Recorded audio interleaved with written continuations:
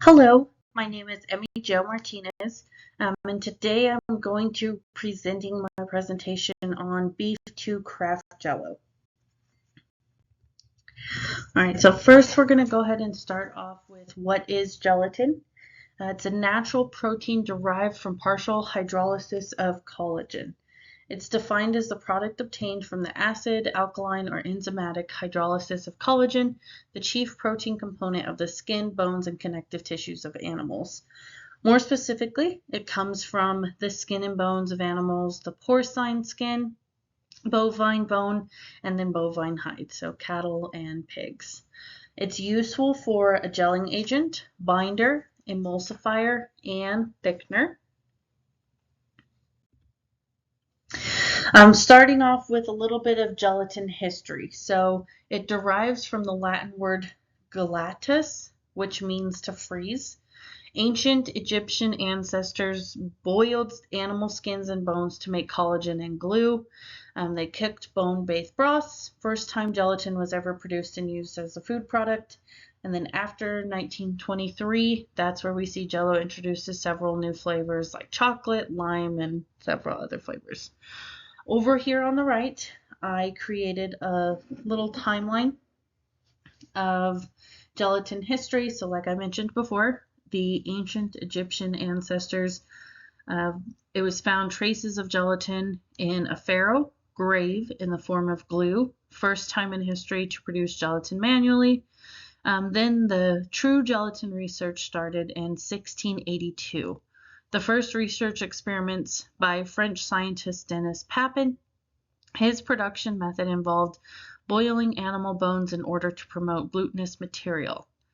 Then several years later, in 1754, we see the first English patent for the manufacture of gelatin was granted. In 1845, we have the Scottish company J&G produces the first time dry gelatin and exported the product to the United States. So the product has now come to US, and about 50 years later, in 1895, Pearl B. Waite, he was a cough syrup manufacturer in New York. He started a new food business. His recipes included gelatin to fruit syrups. He named the dessert Jello. He was unable to market this product though, so he ended up selling his recipe to orator Francis Woodward. Him and his wife were struggling, and they just could not figure out how to market the product very well, and so they ended up selling it, and I'll talk a little bit about the prices here in a little while. Then in 1899, so 4 years later after he created this product, orator Francis Woodward purchased the Jello name. Due to the new refrigeration technologies of this time period, Woodward was able to market the gelatin-based dessert, and he ended up making a fortune on it. In 1923, Woodward's successful company eventually became known as the famous General Food Corporation, and now today is known as Kraft Food. Next, we'll talk about the Kraft. So in 1900, Genesee Pure Food Company buys Jello patent. In 1902, Jello launches its first advertising campaign. So like I mentioned before, the first guy, his name was Pearl B. Waite. He had trouble advertising the Jello. He did try in 1902, but it was not successful. Then in 1925, he sold the Jello to Postum Cereal Company, which is General Foods. At that time period, it was $67 million. In 1934, we see Jello sponsors Jack Benny's radio show. In 1974, Bill Cosby becomes the spokesperson for Jello pudding. And I'll talk about these two in a little bit on the innovations part. And then in 1989, General Foods and Kraft combined to become Kraft General Foods. So starting off with our production input supplier, cattle come to Cargill. This is the process which cattle are brought and harvested into the Cargill beef packer. I work there, so I just decided to really focus on how we get our beef. And this is just a quick little timeline that I made. I'll go through it pretty quickly. But feed yard offers finished cattle. Cattle buyers review the show cattle list. Beef procurement determines the number of cattle needed. Cattle buyers input cattle characteristics into Best Buy system. The cost to clean on each pen is calculated. Next, we see the corporate procurement gives individual cattle buyer buy orders. Cattle buyers bid on spot cattle that are on the show list. Once the feed yard accepts the bid, buyers turn in to plant procurement scheduler what they purchased. Plant procurement schedules the cattle for kill time. The cattle come in, they're harvested, then they're graded, and then they are paid for within 24 hours. That final payment can be determined. So that's how we get the cattle into a slaughterhouse. Next, we're going to talk about how they go from cattle to the rendering process down to the gel bone itself. So they go through the harvest floor and are processed. That's where we get our hides, guts, cheeks, all of that, the bones, all of that out. The skull and hock bones are specifically harvested from the harvest floor. And then we have another side, which is the fabrication floor. That's where the rest of the bones are harvested from. So the paddle bone, the chuck bones, that kind of thing. And then the daily yield for Cargill itself is 37,800 pounds of gel bone per day. On this next slide, so I have a diagram that shows the process in which renders down and we get the final product of the gel bone. So first it starts in the raw bin, and this is where it comes down the conveyors after getting all of the meat and the fat and everything off of the bones. It will land in the raw bone. From there, it goes through the takeaway auger to the incline to the pre-breaker. Now in the pre-breaker, it's breaking those bones down to even smaller pieces. Right now they're long, they're pretty heavy. It's breaking them down to where they're like golf ball sized bones. Then it goes into the wheeler feed auger, where the wheeler grinder, it stays there for 1 to 2 hours and breaks it down even more at this point. Then after it stays in there for the 1 to 2 hours and gets broken down even to smaller pieces, it goes through the incline to the 140. And the 140 is 140 degrees melt tank, and that's where we render it down. We take the fat off, the liquids. Then it goes through the Waukesha, where it's pushed up to 205 degrees melt tank. So this is where even more solids are separated from the sticky water, the liquids, the tallow, that kind of thing. After it sits in the 205 degree melt tank, that one sits there for about 4 hours. Then it goes through the Waukesha pump through the bone bird. Now the bone bird is where we start to really separate all of the pieces of the gel bone and the low pro bone. The bone bird shakes it. We get those solid pieces. They go through the takeaway auger, and then up to the right, they go into the auger to incline. The incline auger is where they go next, and then the incline feed auger all the way down to the bone dryer. So there's a lot of moving of this particle. It's continuously getting broke down in these augers. It's spinning, it's smashing. Once it's in the bone dryer, they're little pebble pieces. I would say about the size of, it looks like a bean almost. In the bone dryer, they sit there for at least 12 hours, and it's drying all of that excess water off, all of the moisture. Then it goes through the elevator to a shaker.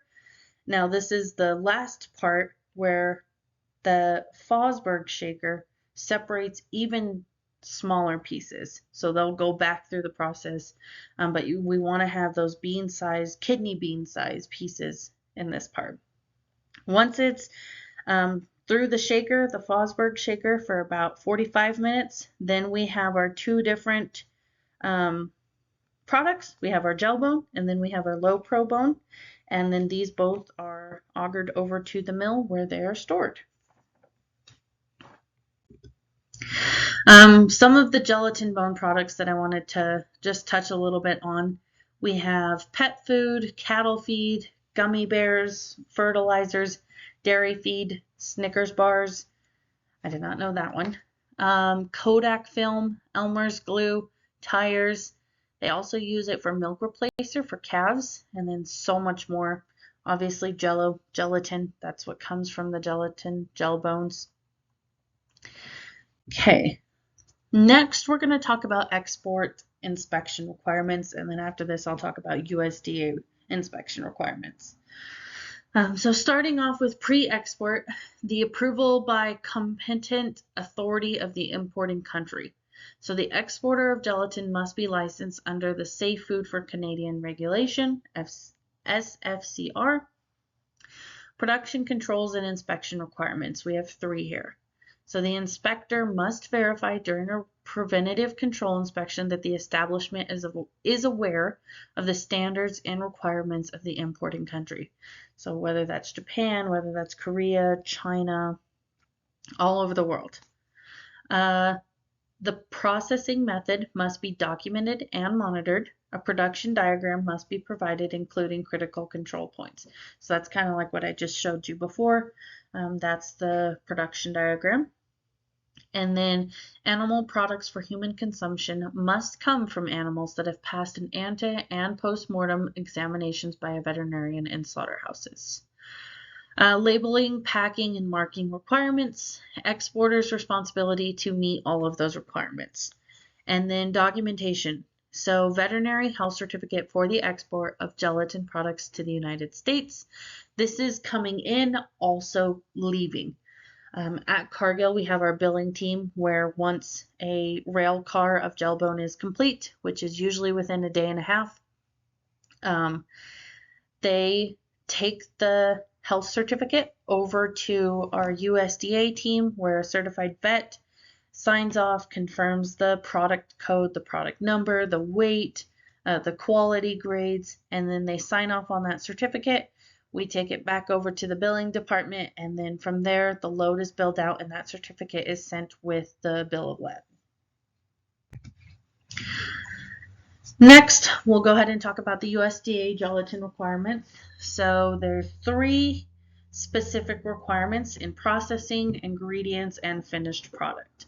So first, we'll talk about processing. The gelatin dessert powders and plain edible gelatin shall be processed in accordance with good manufacturing processes. The ingredients themselves, there's 3 different types of gelatin. So first, the gelatin dessert powders shall be uniformly blended dry mixtures prepared from food-grade materials. The ingredients shall include, but not limited to. So like I said, we have 3 different types. Type 1 is going to be gelatin, sweetener, acetylent, salt, buffers, and natural or artificial colors and flavors. So this is just your normal regular Jello. Type 2, products shall contain a sugar substitute as the sweetener. This is going to be sugar-free, low sugar Jellos, those kinds of things. And then type 3, we have products shall include only gelatin. So this is going to be the gelatin that is sold where it's just pure gelatin and people use it to make homemade jams, jellies. They can make homemade Jello if they'd like, but those are 3 different product types. Then the finished product, USDA requires the appearance to have a color characteristic of the specific color. In hot solution, the plain edible gelatin shall be clear and of light color. So for example, if you have cherry Jello, you want a red, light pink, clear Jello when you're mixing it with the hot water. Same thing with like yellow for lemon or green for lime. The flavor and aroma shall have a pleasing sweet flavor and aroma that is characteristic of the specific flavor. Again, lime, you should have the flavor of lime. Cherry, flavor cherry. There shall be no foreign flavors and odors such as, but not limited to, burnt, scorched, stale, or rancid. And these are all tested and graded at the Kraft company before they're put on shelves. Consistency shall be free-flowing, homogeneous, free from lumps, specks, and graininess, shall be firm and tender, and shall not be soft, runny, tough, or rubbery. I personally have had rubbery Jello before, but I think it's because I didn't add enough water, so there was too much gelatin. But if you tend to follow the directions on the box, I don't think that's going to happen. The shelf life, unless otherwise specified in the solicitation, contract, or purchase order, the gelatin dessert powder shall have a shelf life of at least 12 months. I know that most gelatin has a lot of preservatives in it now, so it's usually good for about 2 years. Now we'll talk about distribution and transportation. Gelatin, so the Gelbone is actually shipped to companies across seas. Gelita, Rousselot, PB Liner, Nita Gelatin, Ewol Gelatin. Jello, the brand itself from Kraft, is actually currently manufactured in Dover, Delaware. And then gelatin is produced in the United States. We specifically ship to 2 different customers. So the first one is going to be Nita in Okinawa, Japan. It's shipped to the Los Angeles Harbor, California by rail car, and then is unloaded into shipping containers, then shipped overseas to Japan. This is sold at 34 cents a pound, and it usually takes anywhere from 2 to 6 months for it to be shipped from the United States to Japan. The second is going to be Gelita, which is in Sergeant Bluff, Iowa, here in the United States. This is shipped by rail car only, and it is sold at 24 cents per pound for the Gelbone. Some retailing promotions. So I thought this was really interesting over time. We have such a broad history of Jello for so long now. 1904, even if you can't cook, you can make a Jello dessert. 1934, Kraft signed Jack Benny, who was a well-known American entertainer, to promote the product, and the whole world came to know Jello. So this is really interesting. This was a marketing strategy by the Kraft company. They signed on a famous American entertainer who everyone knew, everyone loved, everyone enjoyed his comedy shows. Now he was the face of Jello and was promoting the product. Really interesting. In 1965, we see the character Mr. Wiggle, an artificially sweetened gelatin for children, is introduced. On the next slide, I do have some pictures of that character and then some of the other time periods here. In 1997, Jello was celebrating 100 years and created a new flavor called Sparkling White Grape, and it was advertised as the champagne of Jello. So that's really interesting. Celebrating 100 years, you come out with a new flavor, and then it's celebrating. A lot of us tend to think of champagne celebrating the new year or engagements or weddings or toasts, and it's champagne, and so they decided to use that as a marketing strategy for the brand Jello. And then in 2023, I actually learned that Kraft revamped the logo. It has a new visual identity that positions the brand for relevance today and in the future among a new generation of parents, while still honoring the brand's legacy. So I actually have that on the next page. I'll show you. Over to the left, we have Mr. Wiggle. So those were some of the flavors. It was really kid-friendly, captured kids' eyes. There in the middle, we have Jello Sparkling White Grape. So that was celebrating 100 years in 1997. The champagne of Jello, it was exciting. It was in a champagne glass. Then they also, obviously throughout the years, introduced several different flavors. One of them being Jello's blackberry flavor gelatin. It was fancy, sophisticated, looked really nice. And then all the way on the right, that is the new revamped logo that we see today. So it's still familiar. We still recognize it immediately as Jello. But some of the key differences were the rounded letters, less, I guess, pointy, you could say. And it was just a little bit friendlier. So it still preserves the brand's legacy, but it also is more appealing to a consumer eye now. Some more slogans and taglines throughout the years. Just mention a couple of these. Starting in 1972, make someone happy, make someone Jello. A few years later, we see 1998, they got really simple, smile more. In 2007, so that's when the Atkins diet came out, and the slogan or the tagline changed.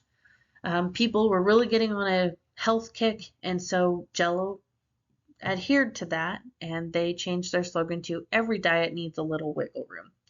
In 2009, they added to that, "Enjoy your wiggle room."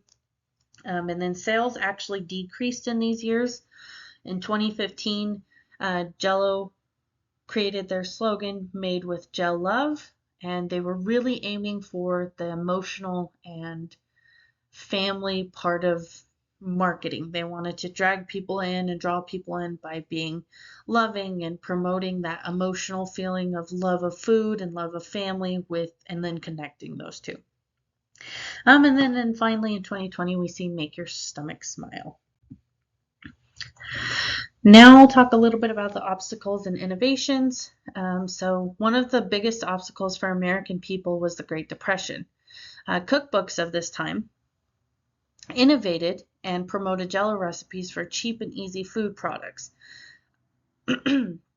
During World War II, we also see convenience of few ingredients for a full, delicious meal. So this was right when women were in the workforce, they were joining the U.S. military, and so they would come home and still have to cook dinner, still have to cook meals. Jello marketed as convenience. It was only 3-4 ingredients, and it was ready in a flash. You could have dinner ready or breakfast ready for the kids the next morning. Another obstacle that Jello ran into was everyone joining the Atkins diet. So they actually changed their product a little bit. They innovated Jello to be marketed as a sugar-free and great weight loss food.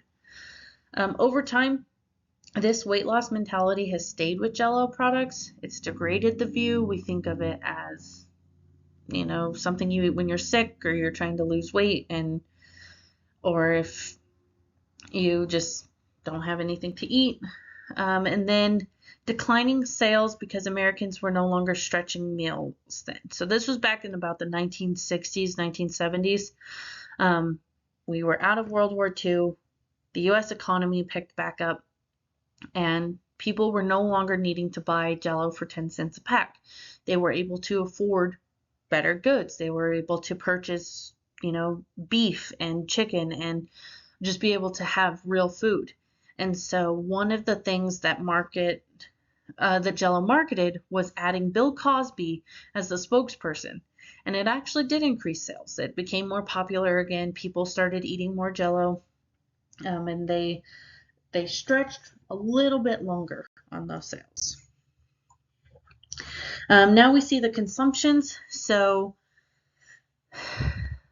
Jello is sold obviously all over the place. Every grocery store, every market street, Walmart, Albertsons, Dollar General, anywhere where you can buy food, you can basically buy Jello.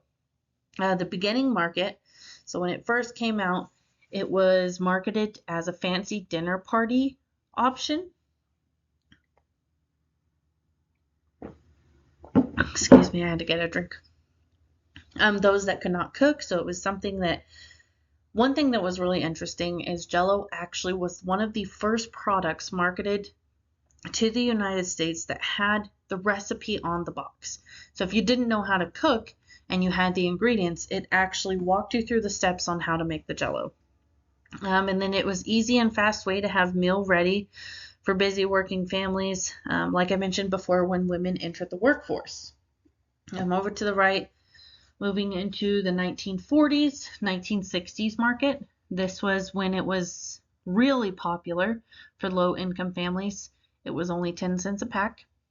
In the 1960s to the 2000s market, we see the Atkins diet gets really popular, and so that's where the sugar-free flavors come from. Children's snacks and single serving cups, so it became even more of a convenient product for consumers, as they had just a grab and go little pouch, and they didn't even have to make Jello anymore.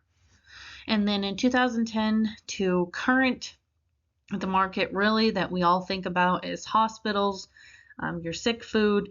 And then one of the articles that I read really talked about how it's huge among college students. I'm sure we all know why. It's cheap, it's fun. Yeah. Second to last, we'll talk about sales pricing. So like mentioned before, in 1899, when Perrin sold his patent. He sold it for $450, which is equivalent to about $14,000 today.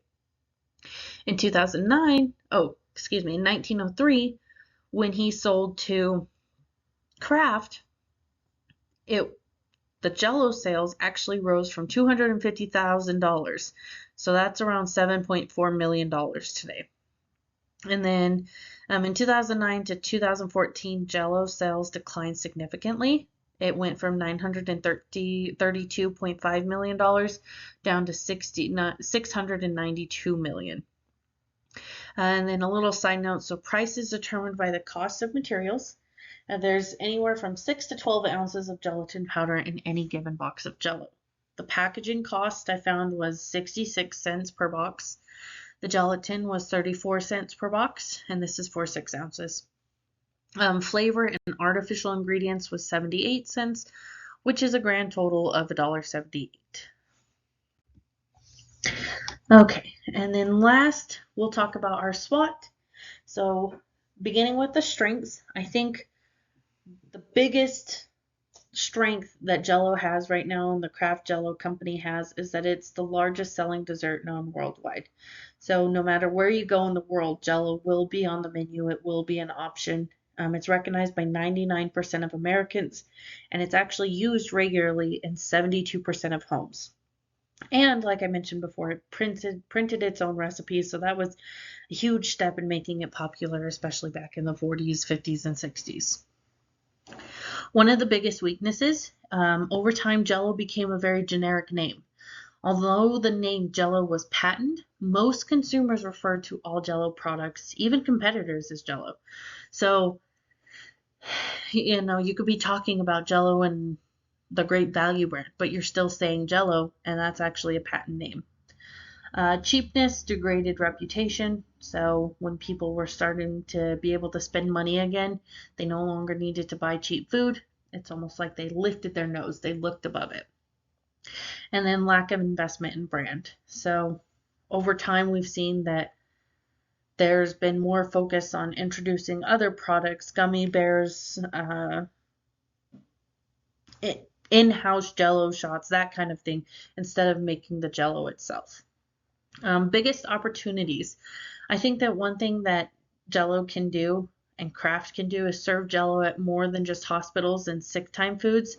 There was a study that showed that when students ate Jello at their college campuses, and then I think there was an elementary school in there too, they ended up talking about it more at home, and then their parents remembered when they bought Jello and ate Jello, and so they purchased it, and it ended up increasing sales. And this was back in 2015. And then they attempted to restart Jello by splitting into two companies in 2012. It didn't end up working, and so they just stayed as Kraft Heinz General Foods. Lastly, we'll touch base on the threats. So first and foremost, Skittles, Starburst, and other candy companies have become a challenging competitor to the famous Jello flavors. I know for a fact when I see Sonic Jello flavors, I'm really excited and I want to buy that. I associate good flavor with Sonic, and so I tend to, as a consumer, lean towards those known good flavors. Another huge obstacle, Jello has become a smaller focus at Kraft Heinz. So it's just a tiny part of its business, only making up 4% of the company's total sales. Even if we wanted to see Jello get bigger again, Kraft Heinz has so many other products and so many other areas where they're making money and profit that they really don't even need to focus on Jello. And then last but not least, it's opposite of what consumers are looking for right now. A lot of times we see people are looking for whole foods, ingredients that they can read, they can pronounce, they know where it comes from. And when you read a box of Jello ingredients, you really can't pronounce a lot of the names. So that's just kind of a huge threat for Jello itself. But I mean, how do you make something like gelatin that tastes good, that's efficient, that's also going to be profitable, and still have your same product? You would have to make something basically completely different. All right, and then here are the references that I used And I hope that you enjoyed my presentation on beef to Kraft Jello. Thank you very much.